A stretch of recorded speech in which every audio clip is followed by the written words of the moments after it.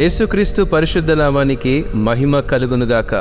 క్రైస్తవుని జీవన శైలి మన 9 రోజుల పాఠ్యభాగంలో శక్తి సామర్థ్యాలు అనే ప్రత్యేక అంశాన్ని అధ్యయనం చేద్దాం. యోహాను రాసినటువంటి మొదటి పత్రిక 4వ అధ్యాయము 4వ వచనం ప్రకారము మీలో ఉన్నవాడు లోకములో ఉన్నవాని కంటే గొప్పవాడు అని వ్రాయబడింది.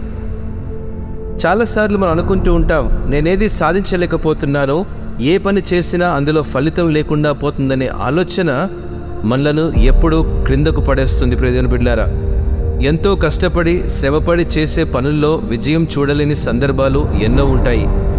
కొన్నిసార్లు ప్రార్థనతో ప్రారంభించిన ఫలితం దొరకకపోగా నిరాశ ఎదురయ్యే పరిస్థితి కనబడుతుంది. ఎందుకంటారు?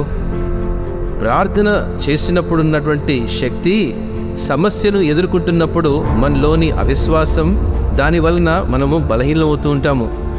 నేను చేయగలనా లేదా నేను చేయలేనేమో, నేను చేసేది సరైనదో కాదో వంటి ప్రశ్నలు మన మనస్సులో మొదలయ్యేటువంటి అనేక సందేహాలు. విశ్వాసంలో మనం బలహీనంగా ఉన్నప్పుడే మనకు అపజయాలు ఎదురవుతాయి.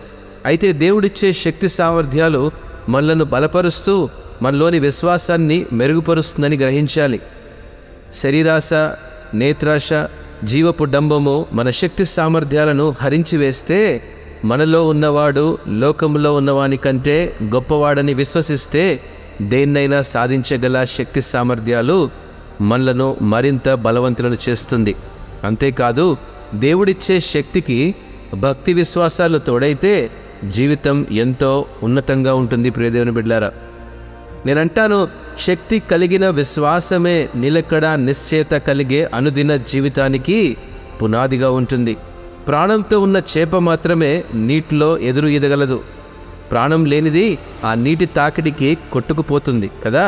మన హృదయంలో నివసించగల క్రీస్తు మనలో ఉన్నాడనే సజీవమైన విశ్వాసం మనలోని సామర్థ్యాన్ని రెట్టింపు చేస్తూ, సమస్యల తాకిడికి ఎదురెళ్ళి వాటిని ఛేదించగలనే సంకల్పాన్ని మనలో బలపరచి ఏ సమస్యనైనా సులువుగా ఎదుర్కోగలనే ఖచ్చితమైన నిశ్చయతను కలుగజేస్తుంది.